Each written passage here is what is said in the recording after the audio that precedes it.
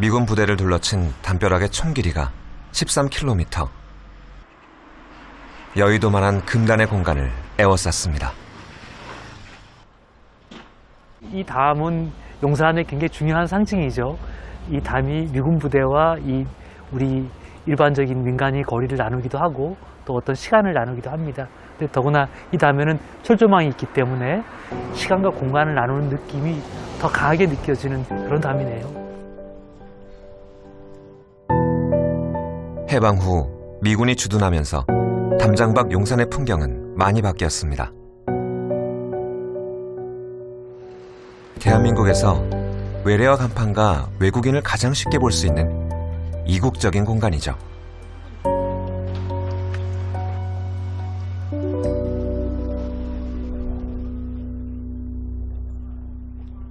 남영동 18번 게이트 근처엔 오래된 이곳만의 먹을거리도 있습니다. 이름하여 스테이크 골목. 1960년부터 부대에서 나오는 고기와 가공육들을 한국식으로 바꾼 구이와 전골 요리가 한창 인기를 끌었습니다.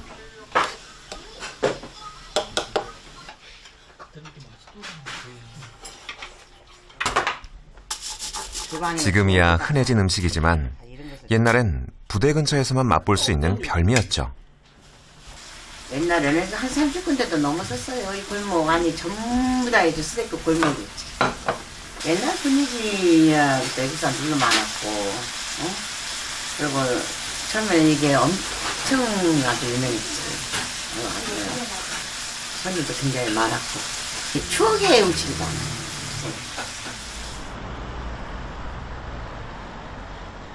그런가 하면 삼각지에서 용산 쪽으로 2km. 이곳에는 미군들이 자주 드나들던 화가의 거리가 있습니다. 이곳에서 40년 한자리를 지킨 터줏대감 최진홍 화백. 그의 주 고객은 미군이었습니다. 옛날에 8군이 평택으로 가기 전에는 8군 손님이 많았었거든요. 8군에 이제 거주하는 외국인들이 있잖아요. 그러니까 많이 이제 영광급이면 영광급 부인들이 여기서 저기 8군 안에서 살았거든요. 여기 뭐 장성급도 많이 왔고, 미국에 있는 자기 자택이 있잖아요. 자택을 사진 찍어와서 그려달라. 또 아니면 자기 자식들 거라든지 있는 사람 초상화를 그려달라. 이러면 그려주는 거예요. 최 화백은 이 거리에서 같이 활동하던 화가가 200명이 넘던 그 시절이 그립습니다. 지금 뭐 배우는 사람도 없고 어떻게 해야 될지 아직 그런 생각들은 다 모여서 못 해봤어요. 먹고 살기 힘들던 시절, 음악, 미술, 오락 등 담벼락 옆에선 다양한 외래 문화가 꽃피기도 했죠.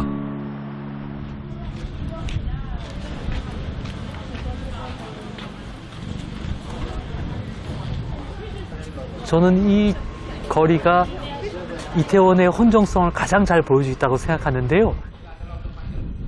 저 끝에 보면은 이슬람 사원이 있고, 또 여기에는 토착적으로 한국 전쟁부터 쭉 살고 계시던 그런 분들이 계시고, 젊은 사람들이 창업을 하기 위해서 저기 있는 이 스튜디오처럼 그런 데서 자기의 새로운 디자인을 만들기 위해서 여기 모이기도 했거든요. 문화는 이질적인 것이 충돌하는 데서 가장 화려하게 꼽힌다죠. 그런 면에서 용산 담장방 문화는 또 하나의 대한민국입니다.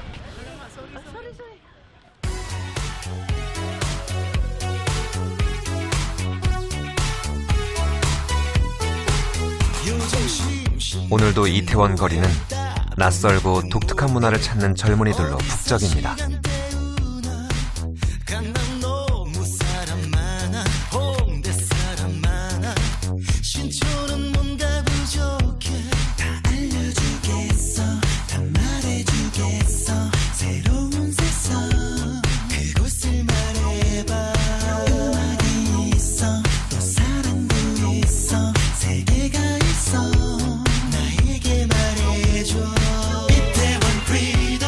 담장 밖 외국인들의 번화가였던 이곳은 대한민국에서 가장 이국적이고 역동적인 공간이 되었죠.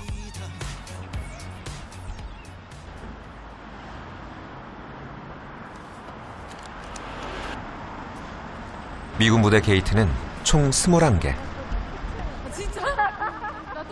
그래서 자신들의 이름을 게이트 22라고 지은 문화활동가들. 이들은 틈만 나면 335 모여 용산 담벼락 워킹 투어를 합니다. 무슨 생각을 해서 걷는 게 아니라 같이 걷는 게 제일 재밌었고, 한 3, 4개월 걷다 보면은 뭔가 발견하는 것들이 있어요. 그럼 또 거기에 대한 자료들이나 풍경들을 막 이제 토론을 했고, 그 다음에 이제 모였던 사람들끼리 뭐 하고 싶을까? 뭐 이번에는 워킹 투어를 해볼까? 아니면 뭐 전시를 해볼까?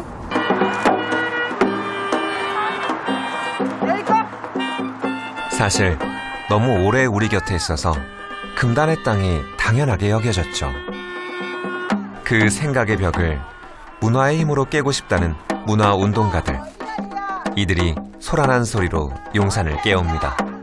일단 이런 담벼락 있기 때문에 안쪽은 궁금해지는 거죠. 그래서 그런 것 때문에도 안에서 뭐 하는지 상상하게 되고 그래서 작업하게 되는 거예요. 저는 개인적으로. 분당과 동서냉전으로 얼룩진 지난 70여 년. 담벼락은 용산만의 새로운 풍경을 만들었습니다.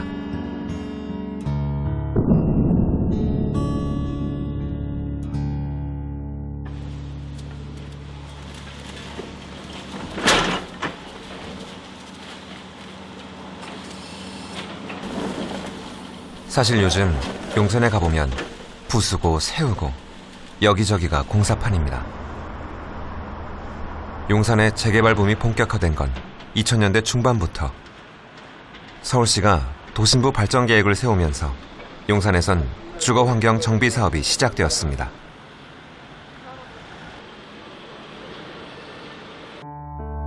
철도와 미군기지 때문에 상대적으로 용산의 재개발은 더뎠으니까요.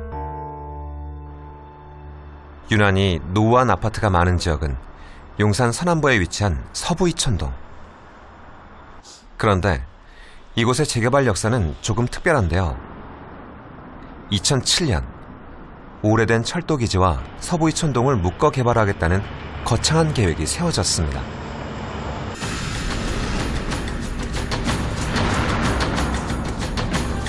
대한민국의 중심 111층의 랜드마크 타워를 중심으로 마천루 빌딩 숲이 연출하는 꿈의 도시 용산 국제 업무지구. 이제 주민 여러분의 삶의 수준이 한 차원 높아집니다. 용산 국제 업무지구 개발이라는 이 사업의 총 투자 규모는 31조 원. 워낙 큰 사업이다 보니 여러 회사가 투자에 참여하는 프로젝트 파이낸싱 사업으로 진행될 계획이었죠. 그러나 이 사업은 결국 좌초되었는데요. 애초부터 시장 분석이 부재한 예견된 실패라고 입을 모읍니다.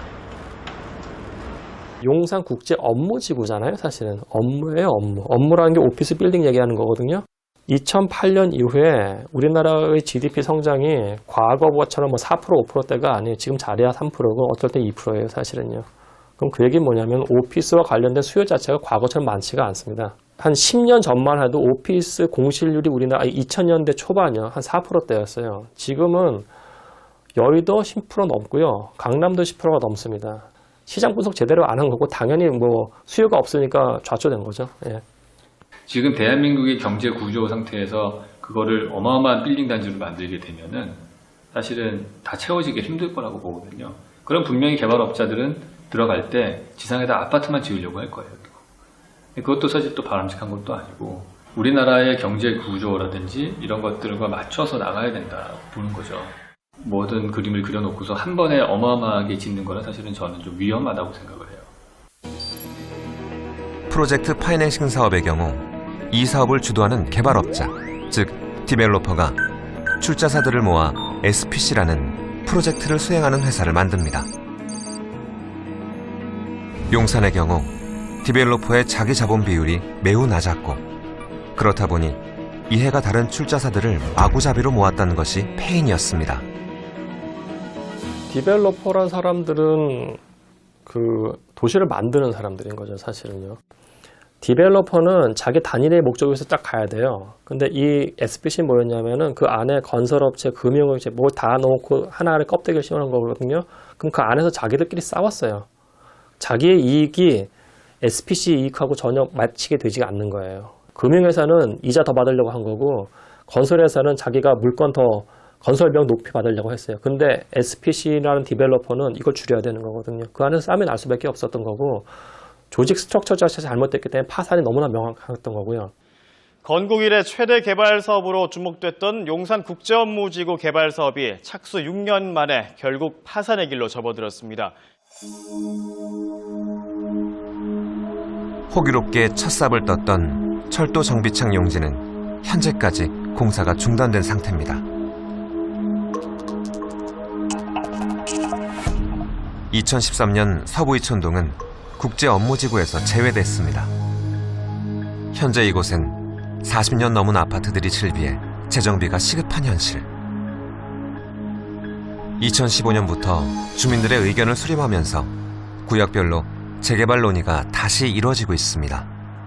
서부 이촌동만 하더라도 뭐 고지가 갑작스럽게 일어난 거예요. 사람들 모르는 순간에 갑자기 한강 르네상스 플랜이라는 것들이 나오면서 갑자기 몇 개월, 1년 안에 모든 것들이 너무 빠바박 진행됐거든요, 사실은. 주민들을 어떻게 소개하거나 역사적 자원들을 무시하고 뭔가를 개발한다고 했을 때 시 정부 당국자, 최고 당국자가 의지가 있다고 하면은 그게 지나치게 모든 것들이 무시되는 측면이 굉장히 강했어요.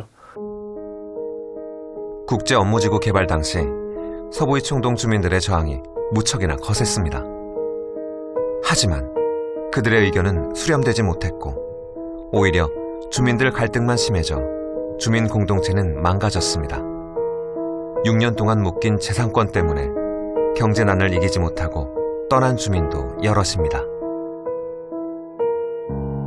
거의 토탈 젠트리피케이션이에요. 이명박 또는 오세훈 시장 있을 때 뉴타운 같은 것들을 보면은 다세대 쪽방했던 사람들 아파트 재개발할 때 다 나간 다음에 재정 착률이 거의 10% 이내예요. 이거는 미국이나 유럽에서 봤을 때 정말 놀랄 수치예요, 사실은. 그런 수치의 주거 젠트리피케이션이 있었고 그 한강로 쪽에서는 개발을 밀어붙이기 위해서 상업지 젠트리피케이션이 발생한 거라고 저는 봐요. 그러니까 이 사람들이 보호돼야 됨에도 불구하고 아무도 보호를 안 한 거예요.